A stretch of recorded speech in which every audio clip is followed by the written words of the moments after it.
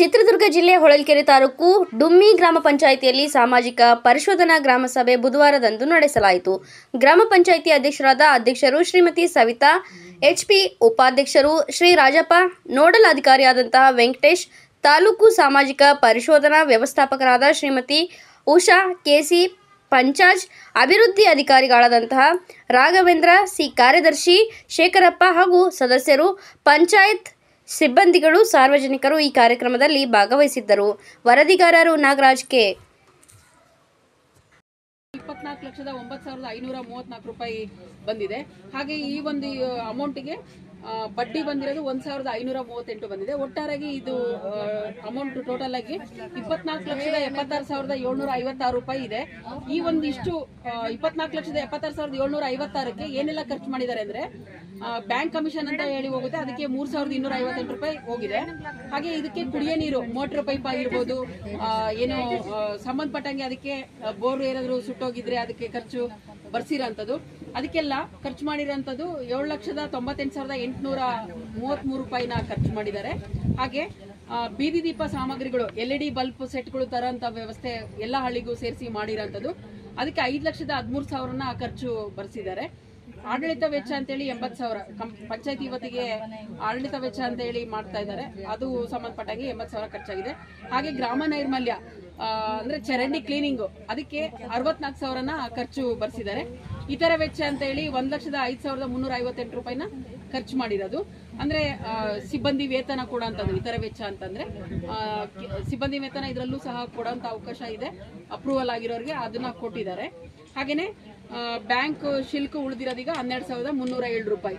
ಅಲ್ಲಿಗೆ balance sheet 24,76,756 ರೂಪಾಯಿ ಆಗಿರೋಂಥದ್ದು. ಇದು ತಮ್ಮೆಲ್ಲರ ಗಮನಕ್ಕೆ ತಂದಿದ್ದೀನಿ. ನರೇಗಾ ಯೋಜನೆ ಸಂಬಂಧಪಟ್ಟಂಗೆ ಕೆಲವು ಪರಿಶೀಲನೆಗೆ ಎಂಬಿಗಳೆಲ್ಲ ಕೊಟ್ಟಿಲ್ಲ. ಆಯ್ತು, ಒಂದ್ ಐದು ನಿಮಿಷ ಆಯ್ತು. ಸಿಬ್ಬಂದಿ ವೇತನಕ್ಕೆ ಇಲ್ಲಿ ಕೊಟ್ಟಿದ್ದಾರೆ. ಕೆಲವೊಂದು ವೋಚರ್ಸ್ಗಳು ಪೂರಕವಾಗಿ ಇಲ್ಲ, ಅದನ್ನೆಲ್ಲ ನಾವು ಆಕ್ಷೇಪಣೆ ಅಂತ ಹೇಳಿ ಗುರುತಿಸಿದೀವಿ. ಇದಿಷ್ಟು 15ನೇ ಹಣಕಾಸು ವ್ಯವಸ್ಥೆ ಮಾಡ್ಕೊಂಡಿದ್ದಾರೆ, ಅದನ್ನು ಸಹ ತಮ್ಮೆಲ್ಲರಿಗೆ ಗಮನಕ್ಕೆ ತರ್ತೀವಿ. ಏನಾಗಿದೆ ಇದನ್ನ ಹೇಳಿದೀನಿ. ಇದನ್ನು ಎಲ್ಲದು ಏನಾದ್ರು ಅಂದ್ರೆ ನಿಮ್ಗೆ ಅನುಮಾನ ಇದ್ರೆ ಮಾಡ್ಕೋಬಹುದು. ಅದೇ ರೀತಿಯಾಗಿ ನಮ್ಮ ಸರ್ಕಾರದಿಂದ ಏನು ಗೋಮಾಳ ಜಾಗಗಳಿದಾವೆ ಅಂತ ಗೋಮಾಳ ಜಾಗದಲ್ಲಿ ಸಸಿಗಳನ್ನ ನೆಡೋಂಥ ಕಾರ್ಯಕ್ರಮ ಸಹ ನಮ್ಮ ನರೇಗಾ ಯೋಜನೆಯಲ್ಲಿ ಮಾಡ್ಕೋಬಹುದು.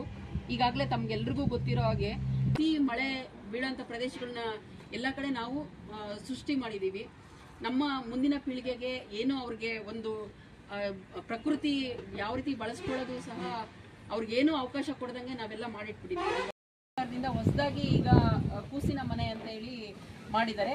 ನಾವು ಮನೆಯಲ್ಲಿ ಮಗುಗೆ ಯಾವ ರೀತಿ ಪೋಷಣೆ ಮಾಡ್ತೀವಿ ಮಗುನ, ಅದೇ ರೀತಿ ಪೋಷಣೆ ಮಾಡಲಿಕ್ಕೆ ಅದಕ್ಕೆ ಆದ ಒಬ್ಬ ಲೇಬರ್ಸ್ನ ಇಟ್ಟು ಮಗುನ ಪೋಷಣೆ ಮಾಡೋಕ್ಕೆ ವ್ಯವಸ್ಥೆ ಮಾಡಿದೆ ಸರ್ಕಾರ. ಅವರು ಮಗುಗೆ ಏನಾದರೂ ಆಗಲಿ ಆ ಮಗು ನೋಡ್ಕೊಳ್ಳೋ ಜವಾಬ್ದಾರಿ ಆ ಒಂದು ಗ್ರಾಮ ಪಂಚಾಯತಿಯಿಂದ ವ್ಯವಸ್ಥೆ ಆಗಿರುತ್ತೆ. ಅಂತ ಮಹಿಳೆನೂ ಸಹ ಏನು ಯಾವುದೇ ರೀತಿ ಚಿಂತೆ ಇಲ್ದಂಗೆ ಕೆಲಸ ಮಾಡಿ ಅವತ್ತಿನ ದಿವಸ ಏನು ಕೂಲಿ ಇರುತ್ತೋ ಅದನ್ನ ತಗೊಳ್ಳೋಂಥ ಅವಕಾಶ ಸರ್ಕಾರ ಅನುಕೂಲ ಮಾಡಿಕೊಟ್ಟಿದೆ. ಇದನ್ನು ಸದ್ಬಳಕೆ ಮಾಡ್ಕೋಬಹುದು ಈ ರೀತಿ ಎಲ್ಲ. ಆಮೇಲೆ ನಮ್ಮ ನರೇಗಾ ಯೋಜನೆಯಲ್ಲಿ ಸಂಬಂಧಪಟ್ಟಂಗೆ ಎಲ್ಲ ನಿಮ್ಮ ಹಕ್ಕು ಮತ್ತು ಅಧಿಕಾರಿಗಳು ಏನಿದೆ ಅದನ್ನೆಲ್ಲ ತಮಗೆಲ್ಲ ಹೇಳಿದ್ದೀನಿ. ಹಾಗೇನೆ ಈ ಒಂದು ಯೋಜನೆಯಲ್ಲಿ ಏನೆಲ್ಲ ಕೆಲಸಗಳು ಕೈಗೆತ್ಕೋಬಹುದು ಅಂತ ಸಹ ತಮ್ಮ ಗಮನಕ್ಕೆ ಹೇಳ್ತೀನಿ. ಏನಪ್ಪಾ ಅಂತಂದ್ರೆ, ಸಾಮುದಾಯಿಕವಾಗಿ ಮಾಡೋಂಥ ಕೆಲವು ಕಾಮಗಾರಿಗಳು ನಮ್ಮ ನರೇಗಾ ಯೋಜನೆಯಲ್ಲಿ ಇರೋದ್ರಿಂದ ಈ ಒಂದು ಬಂದಿರೋ ಅನುದಾನದಲ್ಲಿ ಗ್ರಾಮಗಳಲ್ಲಿ ಒಂದು ಏನೆಲ್ಲ ಕಾಮಗಾರಿಗಳು ಕೈಗೆತ್ಕೊಂಡು ಅಭಿವೃದ್ಧಿ ಮಾಡ್ಕೊಳ್ಳೋಕೆ ಇದೊಂದು ಒಂದು ಒಳ್ಳೆ ಅವಕಾಶ ಆಗಿದೆ ಅಂತ ಈ ಸಂದರ್ಭದಲ್ಲಿ ಹೇಳ್ತಾ ಇದ್ದೀನಿ. ಏನೆಲ್ಲ ಕಾಮಗಾರಿಗಳನ್ನ ಕೈಗೆತ್ಕೋಬಹುದು ಅಂತಂದ್ರೆ, ಈಗ ಬಿದ್ದಂತ ಮಳೆ ಎಲ್ಲ ಏನಾಗುತ್ತೆ, ಕೊಚ್ಕೊಂಡು ಎಲ್ಲಿ ಬೇಕಲ್ಲಿ ಹೋಗ್ತಾ ಇರುತ್ತಲ್ವಾ. ಆಮೇಲೆ ನದಿ ತೀರದಲ್ಲಿ ಹೋಗುತ್ತೆ, ನದಿ ಹಳ್ಳ ಕೊಳ್ಳ ಹಿಂಗೆಲ್ಲ ಸೇರ್ಕೊಂಡು ಆಮೇಲೆ ಸಮುದ್ರ ಸೇರುತ್ತೆ. ಈ ರೀತಿ ವ್ಯವಸ್ಥೆ ಇರೋದ್ರಿಂದ ಒಂದು ನಿಂತ ನೀರ್ನ ಅಂದ್ರೆ ಬಿದ್ದಂತ ಮಳೆ ನೀರ್ನ ಒಂದು ಶೇಖರಣೆ ಮಾಡೋಕ್ಕೋಸ್ಕರ ನಮ್ಮ ಒಂದು ನರೇಗಾ ಯೋಜನೆಯಲ್ಲಿ ಒಂದು ಚೆಕ್ ಡ್ಯಾಮ್ ಅಂತ ಒಂದು ಕಾಮಗಾರಿನ ಕೈಗೆತ್ಕೋಬಹುದು. ಆ ನಿಂತ ನೀರ್ನ ಇದನ್ನ ಶೇಖರಣೆ ಮಾಡೋಕ್ಕೋಸ್ಕರ ಚೆಕ್ ಡ್ಯಾಮ್ ಅಂತ ಹೇಳಿ ನರೇಗಾ ಯೋಜನೆಯಲ್ಲಿ ಮಾಡ್ಕೊಳಕ್ಕೆ ಅವಕಾಶ ಕೊಟ್ಟಿದ್ದಾರೆ. ಹಾಗೇನೆ ಗೋಕಟ್ಟೆ ಸಹ ನಮ್ಮ ನರೇಗಾ ಯೋಜನೆಯಲ್ಲಿ ಕೆಲಸ ಮಾಡ್ಕೋಬಹುದು. ಹಾಗೆ ಕೆರೆ ಮತ್ತೆ ಅಭಿವೃದ್ಧಿ 10% ಮಾತ್ರ ಅವಕಾಶ ಇದೆ ಮೆಟ್ಲಿಂಗ್ ರೋಡು ಮಾಡ್ಕೊಳ್ಳೋಂಥದ್ದು. ಹಾಗೆಯೇ ಗ್ರಾಮದೊಳಗೆ ನೈರ್ಮಲೀಕರಣ ಅಂತ ಎಲ್ಲ ಮಾಡ್ತಿದ್ದಾರಲ್ಲ, ನೋಡಿದ್ರಲ್ಲ, ಚರಂಡಿ ಅಲ್ಲೆಲ್ಲ ಕೆಲವು ಕಡೆ ಚರಂಡಿಗಳೇ ಇರೋದಿಲ್ಲ. ಆ ರೀತಿ ಚರಂಡಿ ಎಲ್ಲ ಮಾಡ್ಕೊಳ್ಳೋಕ್ಕೂ ಸಹ ನಮ್ಮ ನರೇಗಾ ಯೋಜನೆಯಲ್ಲಿ ಸಾಮುದಾಯಿಕವಾಗಿ ಮಾಡ್ಕೊಳ್ಳೋಕ್ಕೆ ಅವಕಾಶ ಕೊಟ್ಟಿದೆ ಸರ್ಕಾರ. ಹಾಗೆ ಸರ್ಕಾರಿ ಶಾಲೆಗಳಲ್ಲಿ ಕಾಂಪೌಂಡ್ ನಿರ್ಮಾಣ ಮಾಡ್ಕೊಳ್ಳೋಕ್ಕೂ ಸಹ ಅವಕಾಶ ಇದೆ.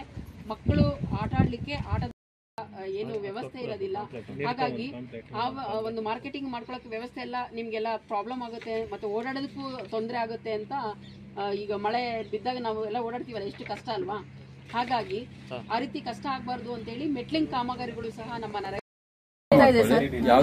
ಕೆಲವು ಕಡೆ ಬಿಲ್ಡಿಂಗ್ ಸರಿ ಇಲ್ಲ, ಹೇಳಿಲ್ಲ ಅಂದ್ರೆ ಮುಂದಕ್ಕೆ ಅವಕಾಶಗಳು ಎಲ್ಲ ಬೇಕಾದಷ್ಟು ಇರ್ತವೆ. ನೆಕ್ಸ್ಟ್ ಸಭೆ ನಾವು ಈ ತರ ಕೊಟ್ಟಿದ್ವಿ, ಅದನ್ನ ಪಿಡಿಒ ಕೇಳಬೇಕು ಸರ್. ಈ ತರ ಎಲ್ಲ ಅವಕಾಶಗಳು ಇರ್ತವೆ ನಿಮಗೆ. ಅದು ಅದೇ ಉದ್ದೇಶಕ್ಕೆ ಗ್ರಾಮ ಸಭೆ ಮಾಡ್ತೀವಿ. ಏನೇನು ಕೆಲಸ ಆಗಿದೆ, ಎಷ್ಟು ಆಗಿದೆ ನಿಮಗೆ ನೋಡಿ ಬೇಕಾದ್ರೆ ಹೋಗಿ ಅವ್ರು ಹೇಳಿದ್ರು ಹೋಗಿ ಚೆಕ್ ಮಾಡ್ಕೊಳ್ಳಿ, ಇಲ್ಲ ಅಂದ್ರೆ ಕೇಳಿ ನಮಗೆ ಕೇಳಿ ಅಂತ ಹೇಳಿ.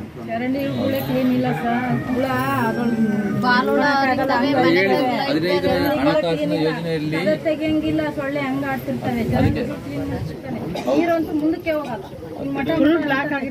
ಅದಕ್ಕೆ ಎರಡು ಕಾರಣಮ್ಮ. ಒಂದು, ನೀವು ಕಾರಣರೇ ಇದ್ದೀರ, ಬರೇ ಸರ್ಕಾರದ ಮೇಲೆ ಹಾಕ್ಬಾರ್ದು, ಪಿಡಿಒಗಳ ಮೇಲೆ ಅಥವಾ ನಮ್ಮ ಮೇಲೆ ಹಾಕ್ಬಾರ್ದು.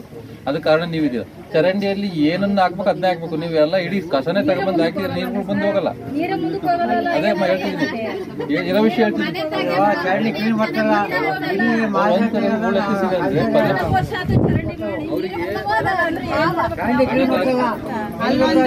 ಕಂಬ ಇಲ್ಲ, ರೋಡ್ ಇಲ್ಲ, 4 ಮನೆಗೆ ಆಗಲ್ಲ ಅಂತ ಅವ್ರು ಹೇಳ್ತಾರೆ. ಇವರು ಇದ್ರಲ್ಲ ಇಲ್ಲಿ ರುದ್ರಪ್ಪ, ಅವ್ರ ಹತ್ರ ನಾವು ಎಷ್ಟೊತ್ತಿಗೆ ಕೇಳಿದ್ವಿ. ಎರಡನೇ ಬ್ಲಾಕ್ ನಾವು ಜ್ಯೋತಮ್ಮರ ಮನೆ, ಇವರೇ ಜ್ಯೋತಿ ಹೇಳ್ತಾರಲ್ಲ ಅವ್ರ ಮನೆ ಪಕ್ಕನೇ ಹೇಳಿ ನೋಡ್ರಿ. ಅವ್ರಿಗೂ ಕರೆಂಟಿನ ಕಂಬ ಇಲ್ಲ, 4 ಮನೆ ಚರಂಡಿ. ಎರಡನೇ ಬ್ಲಾಕ್ ಅಲ್ಲಿ